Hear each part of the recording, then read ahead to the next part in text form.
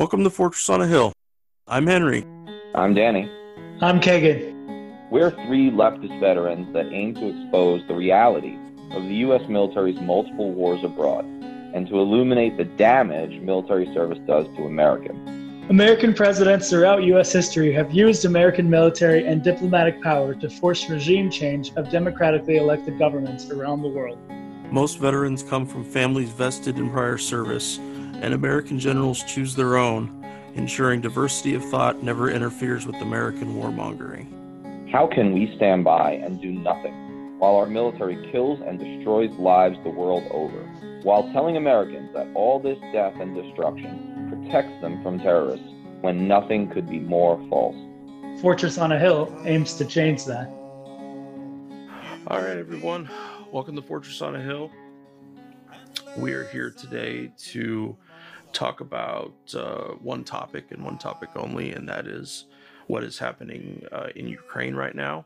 Of course, just saying it that way, that there are so many other aspects to this conflict, significant historical, economic, social concepts that that make up what we're going to talk about today. You know, as with almost any American involved geopolitical issue, it's not linear. It's not always easy to understand, but we hope we can contribute today to the conversation a little bit and talk about what's on our minds as far as what's happening in Ukraine. So I think for today we're going to try to focus on what has been the Western response and how the American involvement that leads up to what we're dealing with right now. I have an excellent excerpt here from a piece earlier this week from Aaron Mate. Quote, "In the United States, the Russian invasion is widely portrayed as a campaign by Putin to colonize Ukraine and subvert its effort to join the European Union. If that is indeed Putin's goal now, then he is only doing so after a years-long effort, led by the U.S., to force the deeply divided country into the Western orbit. By its own accounting, the U.S. has spent $5 billion on this crusade since 1991, complemented with tens of millions more from the European Union. The U.S. agenda was made plain in September 2013 when Carl Gershman, head of the CIA-tied National Endowment for Democracy, declared that, quote-unquote, Ukraine is the biggest prize. If Ukraine could be pulled into the U.S.-led order, Gershman explained, quote, Putin may find himself on the losing end not just in the near abroad, but within Russia itself, end quote. In short, in Washington's eyes, regime change in Kyiv could redound to Moscow as well. An opportunity to claim the prize arrived 2 months later with the outbreak of Ukraine's Maidan protests. The Maidan is commonly described in the U.S. as a democratic revolution. That is a fair term for its initial weeks, when tens of thousands of Ukrainians gathered in Kyiv's Maidan Square to protest rampant government corruption and support European integration. But those protests were soon co-opted by Ukraine's far-right forces, who turned a people's movement into a violent campaign for regime change. Maidan culminated in what George Freeman, head of the U.S. intelligence-tied firm Stratfor, described as, quote, the most blatant coup in history, end quote. The spark for the Maidan protest was a decision by President Viktor Yanukovych to back out of a trade deal offered by the European Union. The convening narrative is that Yanukovych was bullied by his chief patron in Moscow. In reality, Yanukovych was hoping to develop ties with Europe and, quote, cajoled and bullied anyone who pushed Ukraine to have closer ties to Russia, Reuters reported at the time. But the Ukrainian president got cold feet once he read the EU's deal's fine print. Ukraine would not only have to curb its deep cultural and economic ties to Russia, but accept harsh austerity measures such as, quote, increasing the retirement age and freezing pensions and wages, end quote. Far from improving the lives of average Ukrainians, these demands only would have ensured deprivation and Yanukovych's political demise. Russia capitalized on Yanukovych's jitters by offering a more generous package of $15 billion and threatening to withhold payments if the EU terms are accepted. Contrary to subsequent Western narratives, Russia did not demand a, quote, a commitment to join the Russian-led customs union or any other evident quid pro quo, according to the New York Times. Unlike its Western counterpart, Russia also did not demand that Ukraine abandon its European ambitions. Yanukovych, the Times reported in December 2013, quote, has insisted that Ukraine would ultimately move toward Europe and even consider signing the accords at a later date, end quote. But there was one obstacle. Quote, a senior EU official has said those discussions have been cut out, end quote. By that point, rather than help broker a compromise, the U.S. swung its weight behind far-right opposition figures who had taken command of the Maidan. As far-right groups occupied government buildings across Ukraine, Washington's bipartisan Cold Warriors swept in to claim the prize. John McCain and Chris Murphy visited the central protest encampment in Kyiv and stood beside Oleg Tyenbach, leader of the far-right Svoboda Party. Tyenbach had once urged his supporters to fight the, quote, Muscovite Jewish mafia running Ukraine. Quote, Ukraine will make Europe better and Europe will make Ukraine better, McCain promised the crowd. Giving away the game, Murphy told CNN that the senator's mission was, quote, to bring about a peaceful transition here, end quote. The senators were joined in Kyiv by senior State Department official Victoria Nuland, who now occupies a similar position under Biden. On February 4th, an intercepted phone call, presumably recorded and released by Russian or Ukrainian intelligence, exposed Nuland's plan for bringing the transition about. Speaking to Jeffrey Pyatt, the U.S. ambassador to Ukraine, Nuland laid out how the U.S. would back a new Ukrainian government fronted by Maidan leaders and handpicked by Washington. The State Department responded to the leak by dismissing it as, quote, Russian tradecraft, end quote.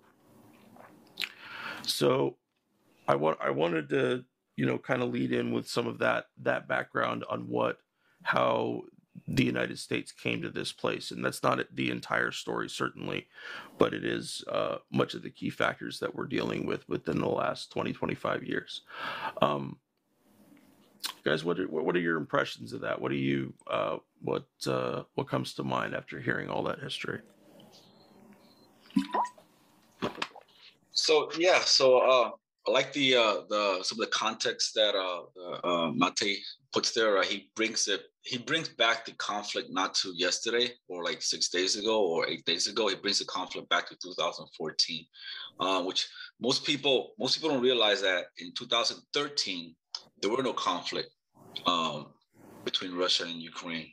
As a matter of fact, Ukraine was a neutral country. Ukraine was actually pretty much doing commerce with both the EU and Russia, being Russia's border. It's more, Russia is a natural trading partner for Ukraine, being that it's in their border. The conflict started after 2014, February, which is that's when the Maidan happened, right? And the thing about President was overthrown. He was president before. He was president before back in 2005, and he had corruption scandals there. He has corruption scandals here again. But however, what Mate pointed out there, he was given an ultimatum.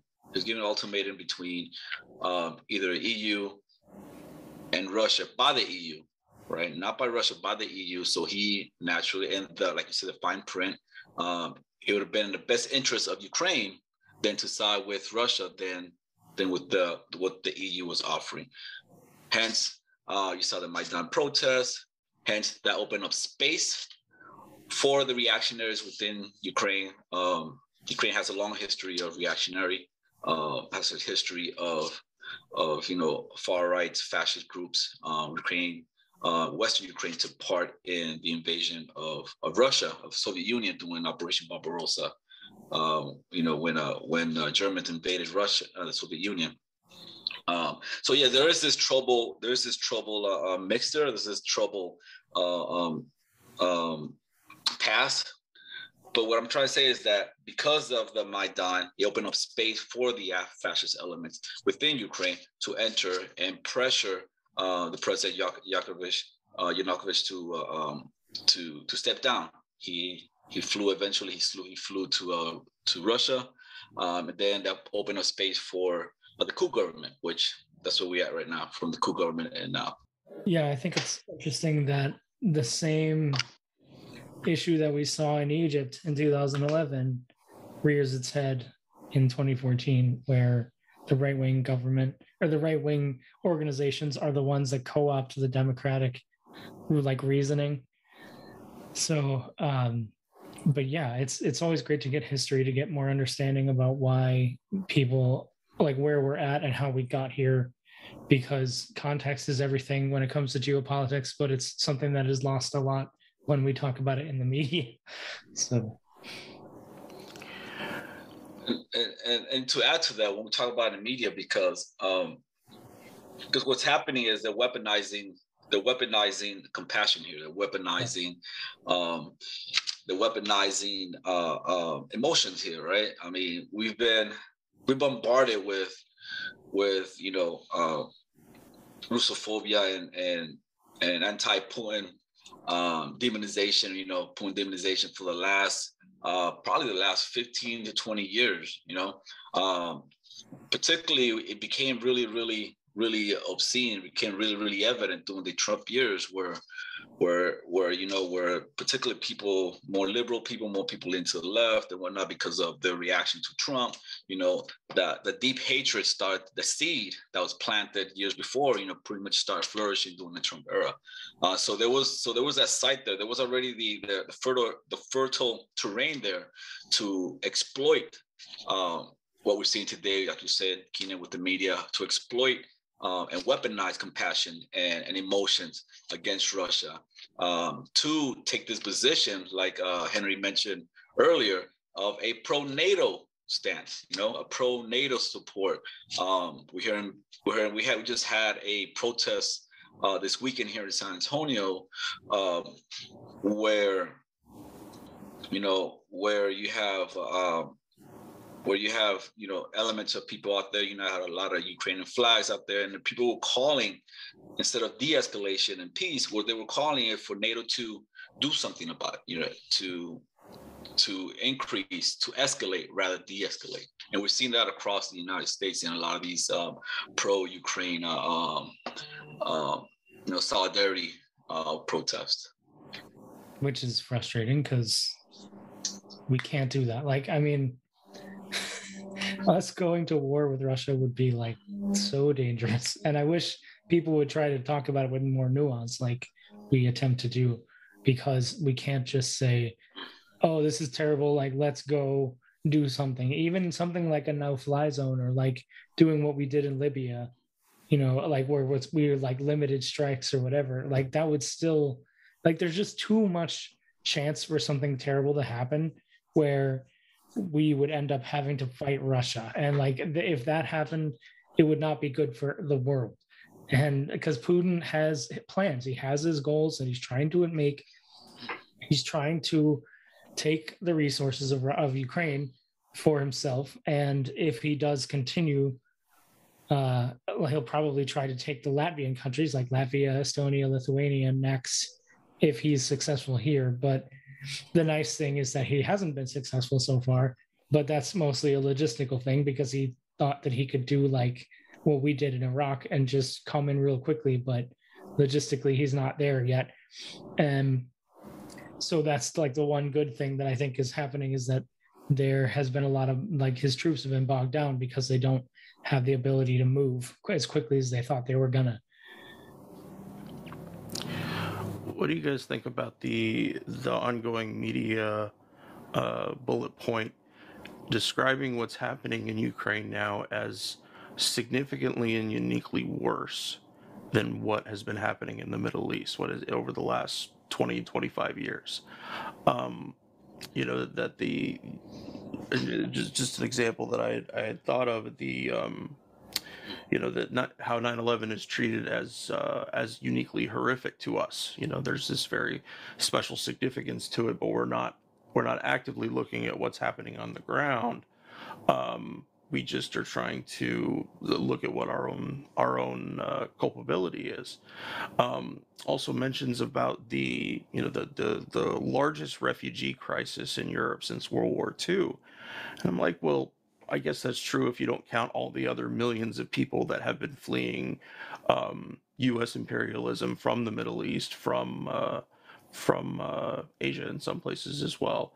And also is the now that we're at a point where we are between sanctions and between actions by the EU, that we are essentially crushing um, we're crushing their economy. We're crushing the Russian economy, the average Russian person.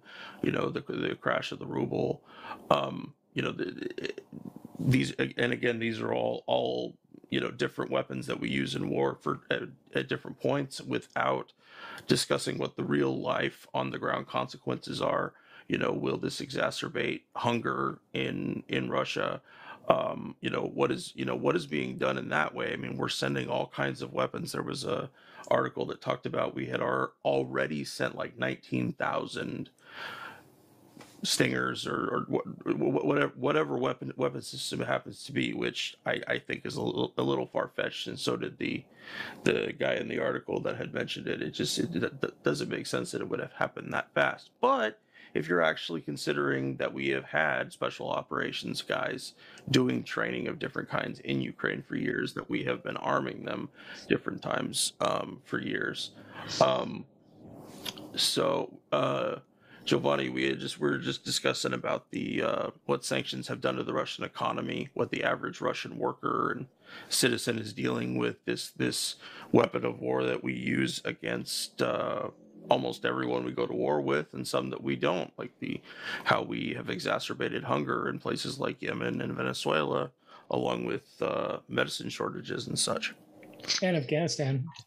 But yeah, like, sanctions always hurt the people who need the most help the most, and unless they're centrally targeted at like specific people and specific things. Like, if we wanted to go after all of the money that the Russian oligarchs have here, like freeze all their assets here, like that would actually hurt them.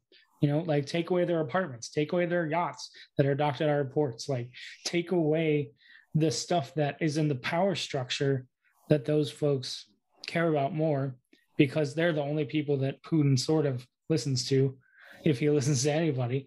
But it just sucks that, like, one of my favorite writers put it as like, think of the Russian economy like a building where the sanctions will blow out all the windows and the people on the inside will be cold and hungry, but the structure is still going to be intact because Russia is a creditor nation.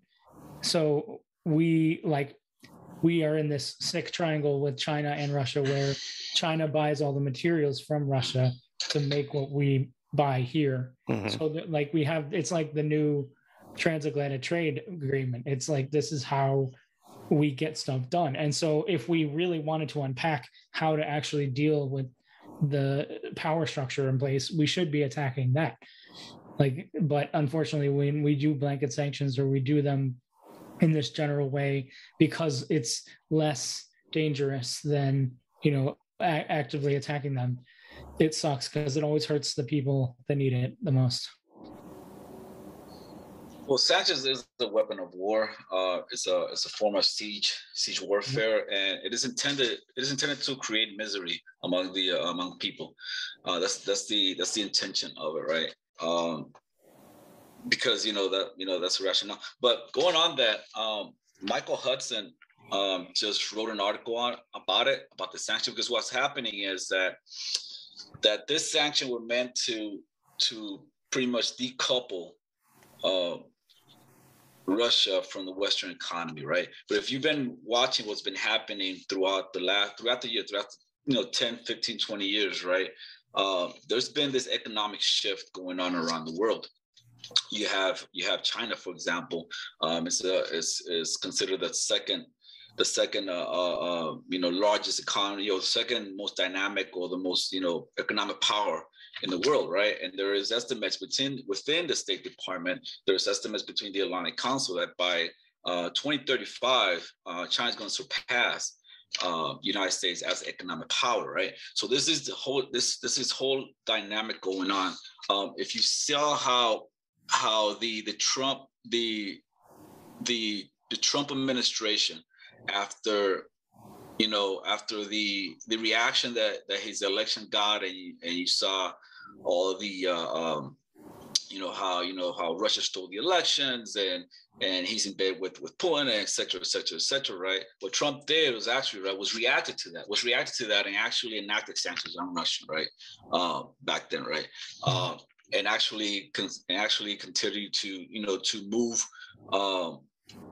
take hostile, aggressive actions towards Russia, like pretty much tearing up the INF Treaty, for example, right?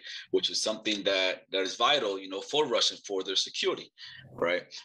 So what's been happening for the last, 6-7 years or so, right?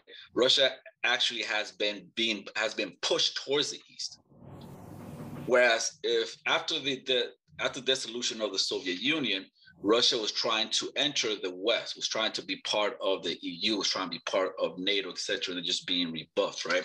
But because of the reaction to Trump and everything like that, and going away from what Obama was trying to do, Obama was trying to pivot his pivot with Asia. What he was trying to do, he was trying to put pressure on China. The TTP that he was trying to push in East Asia, right? The Trans-Pacific partnership that he was trying was meant to isolate China, right? One of the first things that Trump did was pretty much tear up the TTP, and because he was put so much pressure by the Democrats and liberals, etc., right, and he wanted to show that he wasn't bought and by Russia and everything, he started to put sanctions on Russia, started pushing actually Russia and China together, right? So now Russia has been for the last couple of years, right, has been closer and closer to China, while China has been growing. When what's been happening is that United States is becoming less of the only game in town now. Now China right now is, more and more countries are going towards China because the United States uses the dollar, because the dollar is the global currency, as a weapon with sanctions and everything like that. You talked about Venezuela, Iran, North Korea, Zimbabwe, Eritrea, all these countries. There's like 39 countries being sanctioned right now, right, by the United States. So what these countries have been doing, they've been gravitating towards China, and that's the same thing as Russia's been doing, gravitating towards China, right? So sanction decoupling Russia from Europe, what it does is it continues the progression towards China, right? And the de-dollarization of the economy, because right now the dollar is a current of the global current, but now because the dollar is weaponized the way it has been for the last decade, 20 decades or whatnot, few decades or so, right? More and more countries are trying to move away from the dollar to do business, right? That's what's happening, right? So what that means for Europe, what that means for Europe is, right, because Germany, for example, uses about 40% of its oil from Russia. Now that Russia's still flowing oil into Europe because they can't cut off Europe because that's their closest market. And what the United States is trying to make Europe do, instead of buying oil from Russia, to buy oil from the United States. And that's where you go into the pipelines here in the United States, and the liquid gas that is being sent over there and whatnot. Europe have already been decoupled from Iran. By sanctioning Iran, pretty much you cut off the Iran source. And now you're cutting off Europe from the Russian source. So what Michael Hudson is saying is that the sanctions not only meant to punish Russia, but it's also meant to consolidate power of Western Europe around the United States orbit. While this world transition into a multipolar world, going from a unipolar world to a multipolar world, that seems to be what's happening right now. So I wanted to take some time and talk a little bit about the nature of what some of our forces that are actually in Ukraine are doing, and some have been for quite a number of years.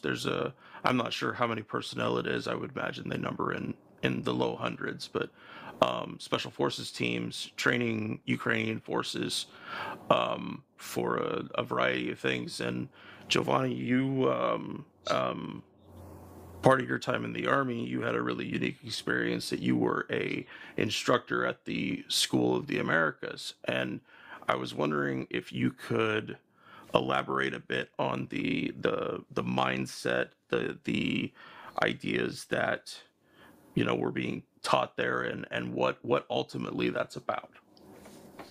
So the School of Americas today is called WINSEC, the Western Hemisphere Institute for Security Cooperation. That changed around 2001, that name, 2001, 2002. But it was originally established in 1946 in Panama, in the canal zone in Panama. It was right after the end of the Second World War. And pretty much the intention is to contain the spread of socialism and communism within the Americas. That was the intention. That was the role of the School of the Americas, right? So throughout the decades, Latin American soldiers and officers and whatnot that were rotated through, trained in this institution, right? And they were pretty much the orientation of the institution was to combat socialism in Latin America. Right. After the treaty with the Panamanian government ended around 1977 with the canal, and it was meant to be turned over. The treaty was started, to turn over the canal over to the Panamanians, which completed in the 1990s. The transition. The School of Americas then moved to Fort Benning, Georgia, around that time, right? Probably around the 80s or so, right? And then established there. And then in 2002 or 2001, 2002, after the end of the Cold War, the solution of the Soviet Union, then the rhetoric shifted from fighting socialism and communism to the drug war. That's when it shifted to the drug war, and so that's what the shift of the training was. But going back to when it was in Panama, versus when it was in the United States. In Panama, because it was overseas, just like Guantanamo Bay today, it was like out of sight and out of mind for most Americans. So you didn't know really what was going on there, and they were training in all kinds of tactics, to fight,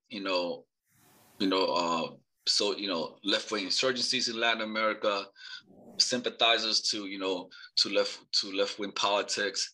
They were taught in different, techniques, to fight this insurgency.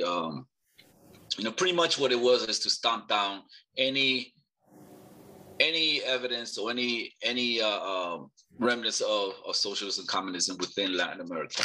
So as a result, you get all these reactionary governments, you get all these, right-wing fascistics, Latin America, in Argentina, in Brazil, in Chile, in Guatemala, in El Salvador, in Honduras, in the Dominican Republic, so you get all these right-wing, extreme right-wing governments in Latin America using all kinds of violence to safeguard their country from socialism, particularly with the Cuban Revolution. That's when it really intensified more this anti-communist, anti-socialist sentiment, and the aggression and the violence, also updated because of that, because of the reaction to the Cuban Revolution.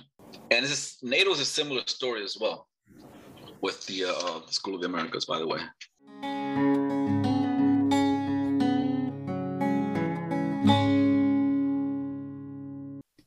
We get asked often what people can do to help support the podcast. One very powerful way is to help us grow and reach more people is to leave us a review. You can do that on iTunes, which is the best place to leave a review. iTunes does reach the most people these days. The next best place is Facebook. Go to our Fortress on a Hill Facebook page and look for the reviews tab.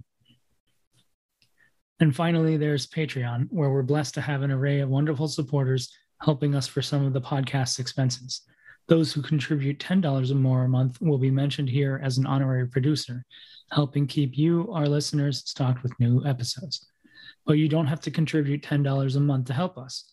For as little as $1 a month, you can help us keep going, paying for hosting and storage fees, transcribing old and new episodes, promoting and expanding the podcast, and more I'm sure I can't think of at the moment.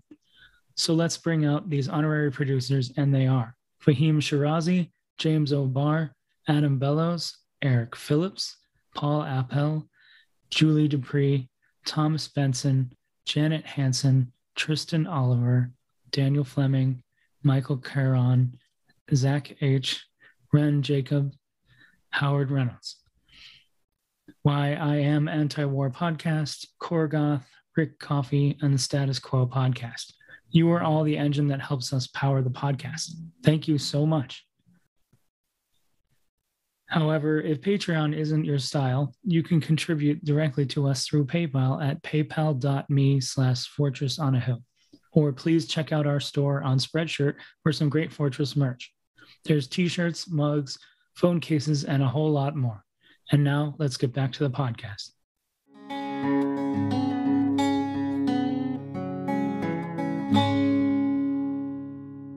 So I would imagine that for whatever those guys are being taught that are actually in Ukraine right now, that we talk about providing insurgent forces, whatever it is, training, weapons, etc.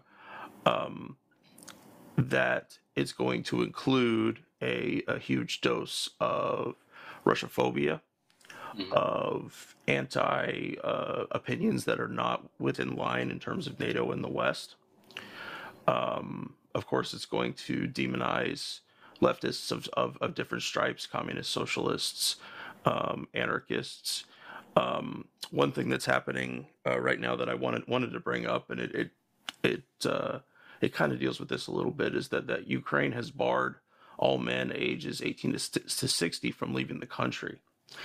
And while that in a Western imperialist sense, that kind of makes sense in terms of they want to be able to conscript more forces into their military. They don't want to voluntarily allow those people to leave, but it's that particular policy, it violates at least 3 provisions of the Universal Declaration of Human Rights. The Article 13 states everyone has the right to leave any country, including his own. Article 9 states no one will be subjected to arbitrary arrest or detention. Article 7 states all are equal before the law and are entitled without any discrimination to equal protection of the law.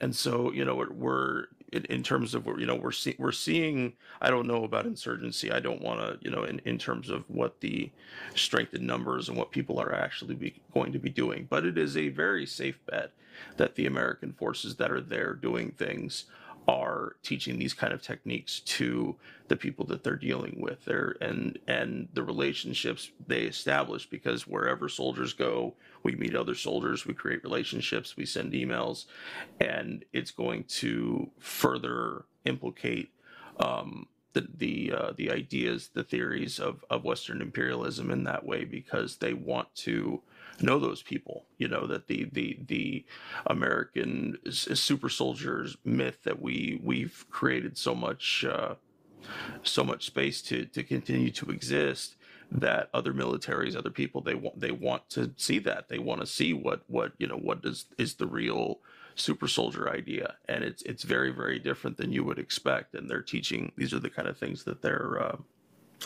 teaching.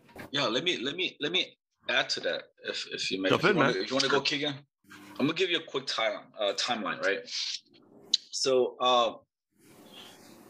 and in the 1950s, for example, you mentioned insurgencies. In the 1950s and into the 60s, there was this project called Project Aerodynamic. It was a CIA project, Aerodynamic, and what it was is a project that was to pretty much infiltrated the Ukrainian diaspora in the United States and in Europe, in Western Europe, et cetera, right? Infiltrated their communal spaces, infiltrated their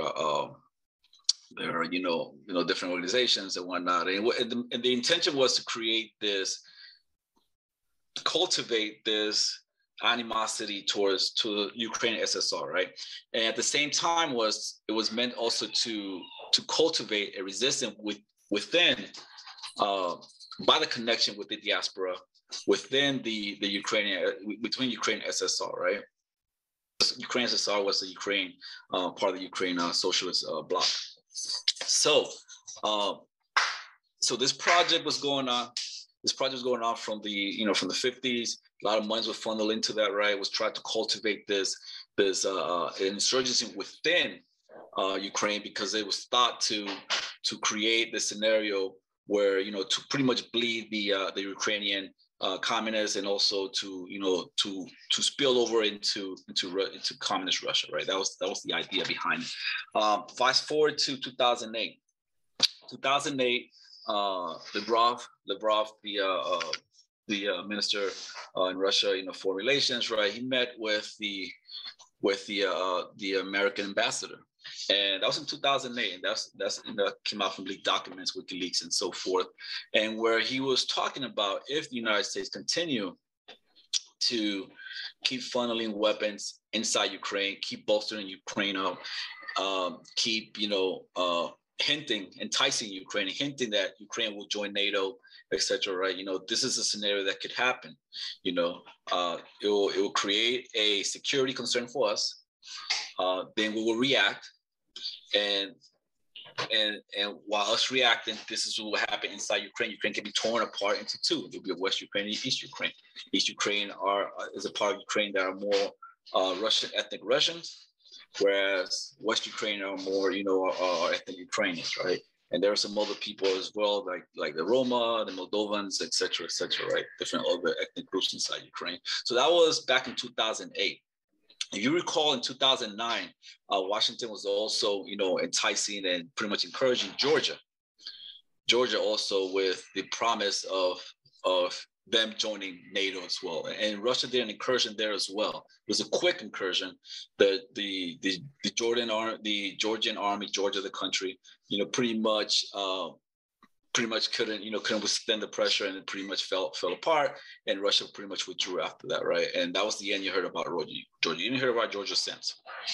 But location-wise, Georgia's a little bit inward Asia, you know, the Eurasian area, whereas Ukraine borders with Poland. And in Poland, there's a huge contingency of U.S. trainers in Poland, right? And it's other countries, right? So a lot of these, you know, you keep hearing these, you keep hearing about the people fleeing, you keep hearing about refugees going into Poland. That's where they're going to the corridor port, right? But you don't hear about also there people fleeing the other direction as well. There's also people fleeing into Russia as well. But you don't hear that part because that's not part of the narrative. The narrative is they're getting away from Russia, not going into Russia. Does that make sense? You know, so fast forward to recently, to 2014. Yasha, I don't know if you guys ever heard of Yasha Levine. He's a Russian American journalist. When Maidan happened, he wrote he wrote an article, or he wrote an essay about how this is, you know, this was is meant, the whole Maidan thing and overthrow is meant to draw in Russia into the affairs of Ukraine, right? Because of the threat of Ukraine becoming part of NATO, and then that means that NATO can station weapons and can station troops right there at the border of Ukraine, right? Pretty much think about this: the Cuban Missile Crisis in reverse, right? The possibility of having Soviet troops in Cuba 90 miles away from the United States. You know, you saw back in 1962 the hysteria that created. You know, there were plans to actually attack Cuba because of that, right? And it went through because Kennedy and Khrushchev sat down and then decided to de-escalate. But the Biden administration is not doing that. Biden administration is pushing forward with it, right? So in 2014, Yasha Levin talked about this. You know, this is what will happen if, you know, after Maidan, if NATO absorbs Ukraine, Russia's going to react, and pretty much the idea is to make Russia bleed in Ukraine. That was in 2014. Right.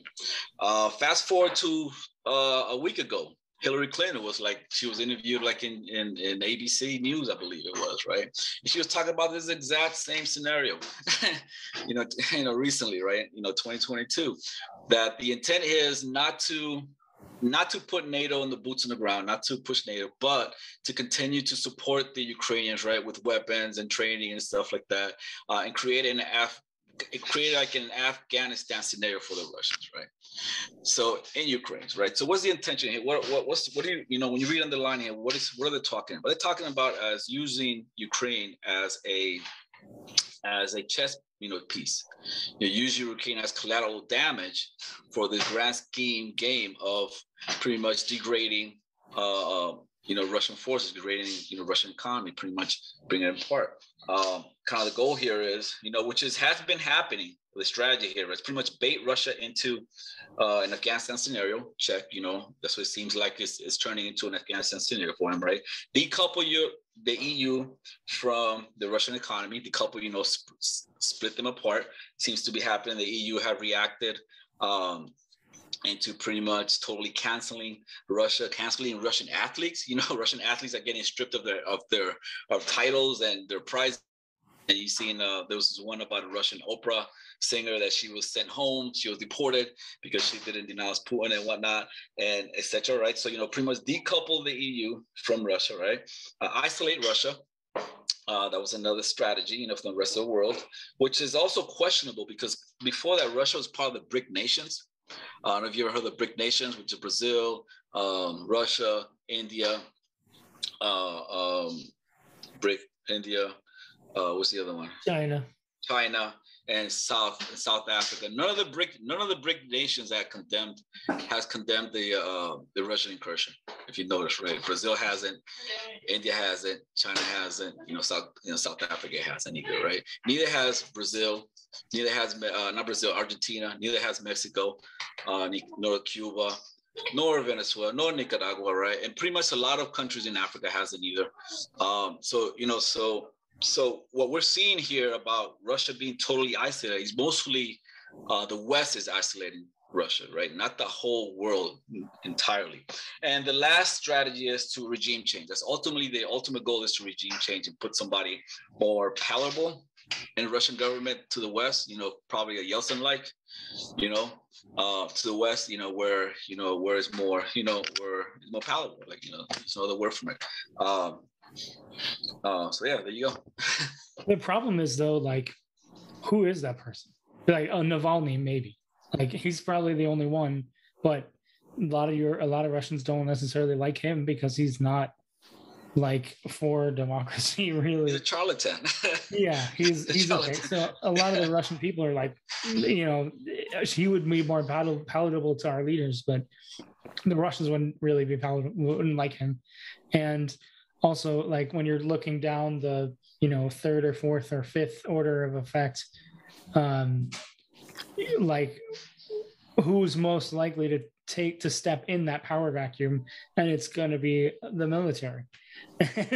And or like even these oligarchs, like I don't know, none of them have can command the same kind of presence as him. So if we did, or somebody did end up taking him out, it would be like, it could potentially be worse than what we're facing right now, because right now, Go ahead. Well, right now, Putin has really specific objectives, and he's making all these calculations based on what the reactions are, right? So he's like, okay, he has the 600 billion in reserve, half of that is gone. So he's like, all right, like, what am I going to do next? And then if like he's reacting more as the plan changes. But I mean, I knew he's fired the guy that was in charge of the operation because it wasn't moving fast enough, and because of course they gave rosy pictures to him about how successful this is going to be. So it's going to be interesting to see in the next couple of weeks, like how him and the military leadership react to, like you said, like creating an Afghanistan situation. Is there going to be a point where they like realize that it's not worth it? I don't know if that's going to happen or not, because he wants what he wants out of it. He wants the resources, and he's going to do whatever he can. I just saw this morning that he had already committed about 75% of their total forces. Now it's like closer to almost 100 because he wants things to move along faster. But I don't know. We'll have to see what happens. So you got to see. You also see it from a tactical position as well. But before that, right? What's one of the most popular parties You know, because Putin's party is United Russia, right? That's a ruling party, United Russia. But you know which is one of the most popular party, if it's not the second most popular party in Russia? It's a Russian Communist Party. That's the most popular party, right? So that tells you a lot. And the reason you don't hear about it here, because what? Because it doesn't fit the narrative. It doesn't fit the narrative. You know, so the narrative here is, so the policymakers here is not going to support the Russian Communist Party to overthrow the United Russian Party. So they'll pick somebody like Navalny, which is pretty much a nobody, a Yahoo, you know, a charlatan, you know, which make good aesthetic, right? But what is his politics? He has none. He moves with the wind. He moves the wind, and he's very ultra right wing as well, you know, very anti-immigrant and you know, very you know, what do you call that, misogynist and whatnot. But for the American ruling class, you know, the objective here is to overthrow the current government in Russia and replace it with a more powerful Russia, like Yeltsin. I don't know if you guys remember Yeltsin, right?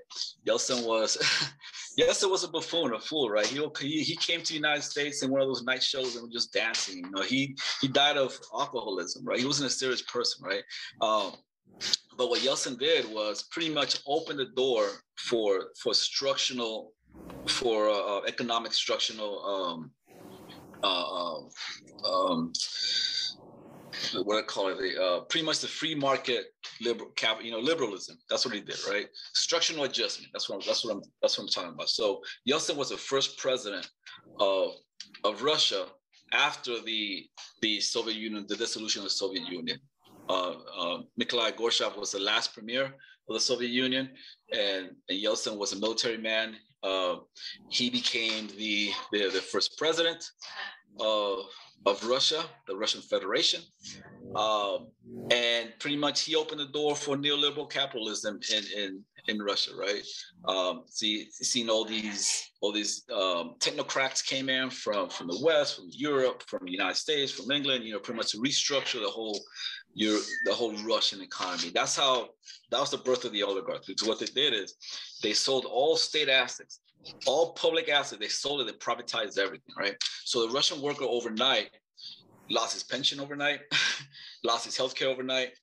You know, many went homeless overnight. Were jobless overnight. You know, and that happened in the 90s. That was a terrible night. That was very traumatic for the Russian people in the 90s, right? That's the Cuban called it a special period. That was the Russian special period, right? It was very chaotic. The midterm election of Yeltsin, when he was running for president, you know, for re-election, the most powerful party that was challenging was the Russian Communist Party. Was challenging Yeltsin, and the Americans put a tons of money and sent a lot of advisors and campaign managers to help Yeltsin win the election, because they're trying to block the Communist Party from coming back into power. You know, and Vladimir Putin was under the Yeltsin's government, and then when Yeltsin pretty much resigned, Vladimir Putin became the president in 1999, and then he's on his second term. He had a term in between. He had a break in between. He came back again. But yeah, so all that to say is that what would be the most palatable president for the West? For the most palatable president for the West in Russia. Russia's a big country. Russia has a lot of resources. I mean, has a lot of platinum, aluminum. Has, you know, as the world's largest producer of wheat. You know, a lot of oil and everything. What will be more palatable president for the West? You know, obviously somebody not like Putin, right? Somebody more like Yeltsin. You know, somebody who pretty much could be tamed and subordinated. You know, and that's the thing right here, because we have in Russia, and same as in Ukraine, a lot of Eastern European countries, we have this thing that, you know, in international relations, you know, some of us call it torn countries, right? They're torn identity. You guys mentioned it earlier about the identity of the people in Ukraine, right? These are torn countries, right? They have different identities. So there's identities. There are people that identify with the West more, like Yeltsin and Gorbachev. You know, they identify they were the Atlantis. People in the Soviet Union and Russia, they identify with the West, and there are more that look inward. they're more nationalist, they're more, identified inward, right? So you have that conflict there. You have that conflict in these countries, in these Eastern European countries and Eurasian countries. So yeah, so all that to say is, what would be the most powerful? Any government who actually stands up for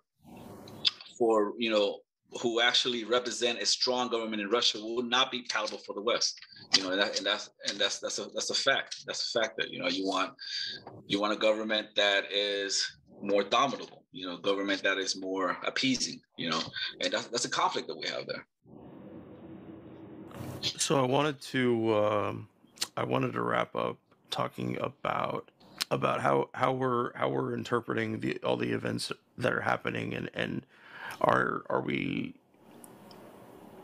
something you see among some anti-war leftists is that an affinity for whoever is the non-U.S. power, that it's real easy to say, we want Russia to do what it's doing, or that Russia is, we understand why Russia is reacting this way, but we don't agree that should be the course that he takes. There's no, and I think it's, it comes down to a real simpleton's argument, going back to the war on terror, us versus them. If you're not on our side, you're on their side.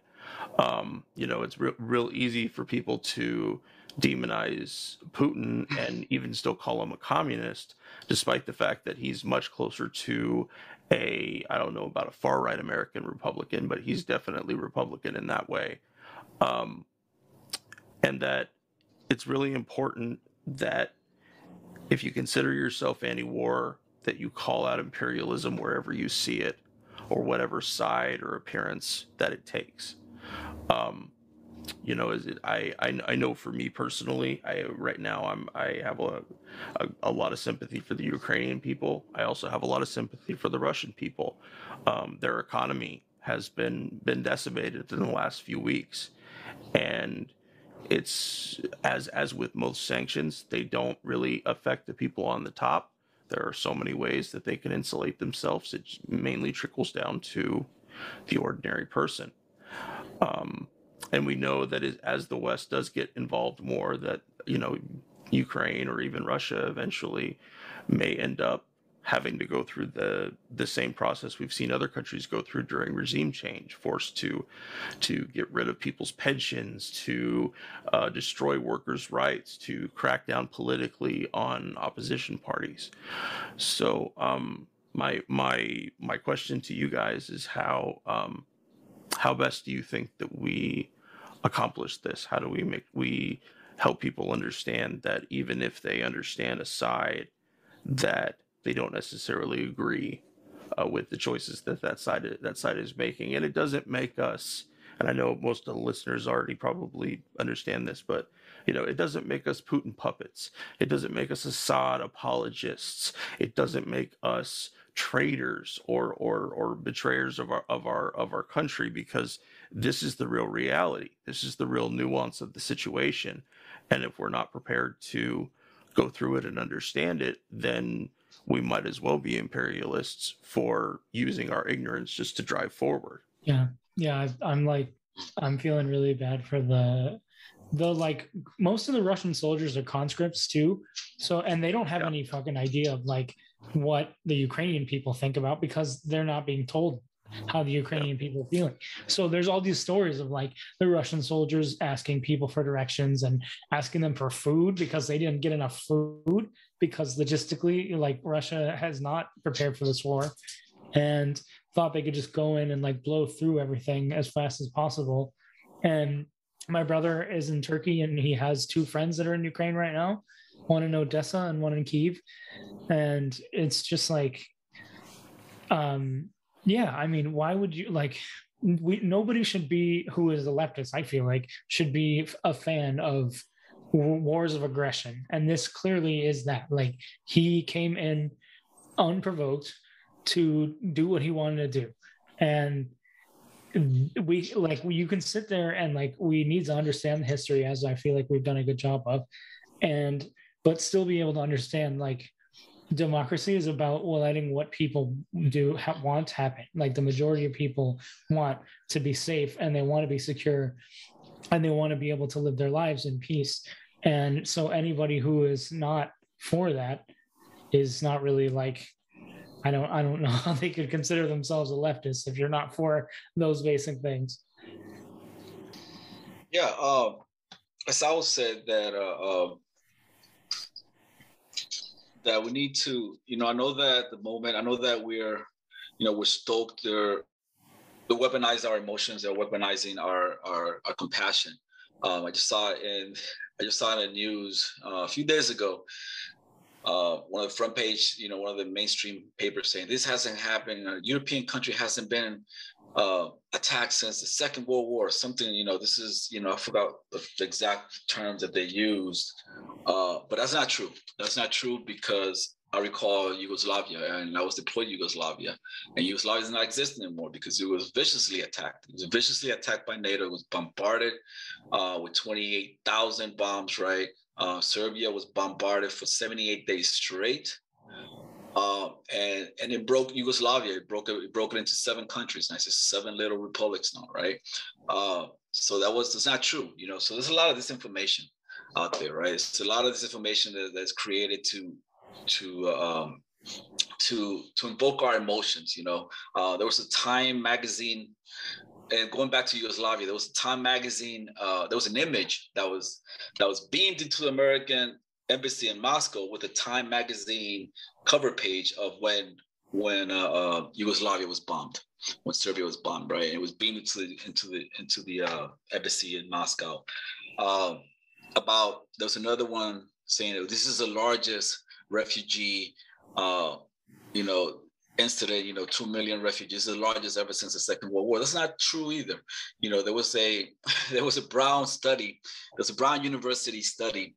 I think about 2 or 3 years ago, that said that the wars in Syria, the wars in Afghanistan, the wars in Iraq have produced about 60 million people. 60 million people moving around. Displaced, internally displaced, or have had to leave their country because of these wars, right? So there's a lot of hype. There's a lot of things to attack your emotion. One of the things that for me, at least in my lifetime, seeing all these conflicts since the Panama invasion, which I was living as a child inside of a military base, to the day, right, to the Gulf Wars, to the day, this conflict has elicited more emotions, more reaction, faster and quicker, right, than any other conflicts before that. You got to ask yourself why. What's going on here? Like Noam Chomsky says, manufacture consent, right? By creating this outrage, you manufacture the consent to have your side to do something, just like the people, this protest. You got to do something. I would say that the correct approach to this, right, is for us, for anti-war people, leftist people, is to develop an anti-imperialist attitude, right? Or anti-imperialist analysis, just like Henry's been saying. We should call for de-escalation, not escalation. De-escalation and bring people to the table. That's a resolve conflict, bring people to the table. You mentioned, Kagan, that Turkey, that you have a brother-in-law or brother in Turkey, right? Turkey is a NATO country, and Turkey is another NATO country that is not actually sanctioning Russia. That is not condemning Russia, right? But Turkey, they're holding to the Montreux Convention, which is the convention about them not letting the warships through. So exactly, they're hedging their bets. They still rely on Russia for some things, but they're not letting them through the strait. So right. They're still they're doing both. At the same time, they've armed the Ukrainians as well, particularly with those drones that the Ukrainians are using. Drones. So the thing is that Turkey recently, I think today, actually offered to broker a peace talks, right? Belarus has been the site for peace talks. I think today also was the 3rd time that the Russian delegation and the Ukraine delegation met. China also offered to be a broker of peace and everything like that. But we got to be real right here. We got to ask ourselves, right? Is the Ukrainian delegation independent? That's another thing. Are they independent? Because if we take it back to Venezuela, for example, with the Venezuelan opposition, the Venezuelan government, they met like 3 times, and all 3 times they've had, the opposition broke the talks because when they were this close to coming into a concession, right? They pulled away. Why? Because the opposition in Venezuela wasn't independent. They relied on U.S. funds and whatnot. So is the opposition, is the Ukrainian delegation independent? Who are moving them? That's what you got to ask, right? But yeah, so as leftists, we should ask for de-escalation. We should never encourage, or we should never call for a NATO intervention, or we should never call for sanctions. We should have an independent peace movement, away from all these, the Democrats or whoever, or these, attached to all these, to the non-government organizations and whatnot. And yeah, and that's the thing, we should call for peace. That's what we should call for, Well, I think that's a good place for us to wrap it up for today. Jovanni, thank you so much for coming and joining Kay and myself and talking about this. And I hope that we've given the immense space in the media right now for U.S. driven narratives about Ukraine. I hope that this episode is a little bit of light in that darkness. And I know there's been a few people on Twitter that have kind of wondered, what are we thinking about this and that, and now we'll actually have some stuff to discuss in that way. But again, I hope it's been illuminating. Go ahead. I just wanted to mention there's some really good ways to support people on the ground right now. Oh, hell yeah, go man. One, there's a bunch of different international rescue organizations. There's a bunch of different that I just gave some money to. And then something that I found out that has been kind of cool is people do Airbnbs for people in Ukraine, where they are like paying for people to stay there, but they're not obviously staying there. It's just a quick way to get people money. Also on Etsy, same thing. Like if you want to buy something from somebody, like do it, because that is the quickest way for them to get the money in their hands, like right away. So like just look the things up by location. And especially with Airbnbs, I saw somebody was able to do like 5 different ones that was like $100. So like as an American, it's not like a whole lot of money for some people. So, just simple ways to give people money. It's like we can circumvent, like create new ways of mutual aid to help the people that need it the most. Also, I'd like to also add, for people that are tracking, you mentioned Twitter, people are tracking what's going on the ground and everything. I know it's kind of hard, the fog of war, it's kind of hard. We're getting all kinds of information. It's kind of hard to see actually what's going on the ground. But this is an American that's been living in Ukraine since about 2012. He has his family there. His name is Patrick Lancaster, right? And he's been, I don't know if you ever heard of him, right? He's been reporting, since 2014, since the Maidan, he's been reporting of events happening in Ukraine, through his Twitter and so forth. You can find him on YouTube as well.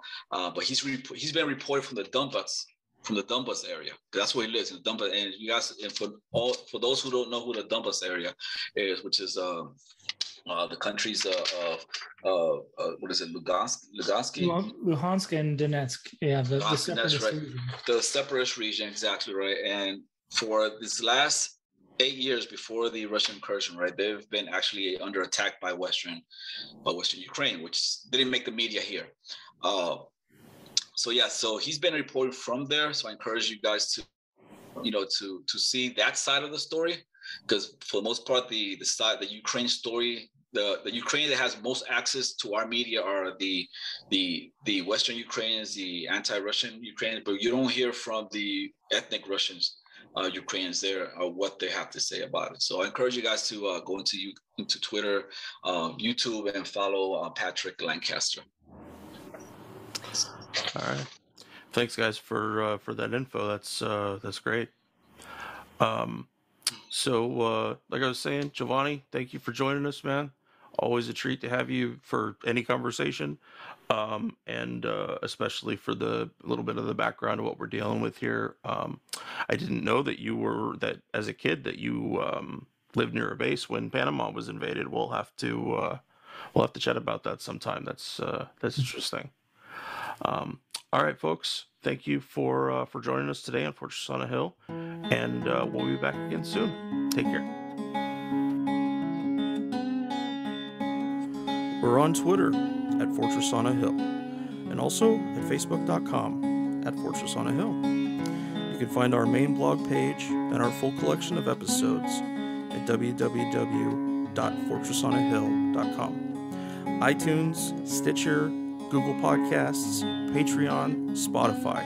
You name it, almost anywhere you listen, we're already waiting for you.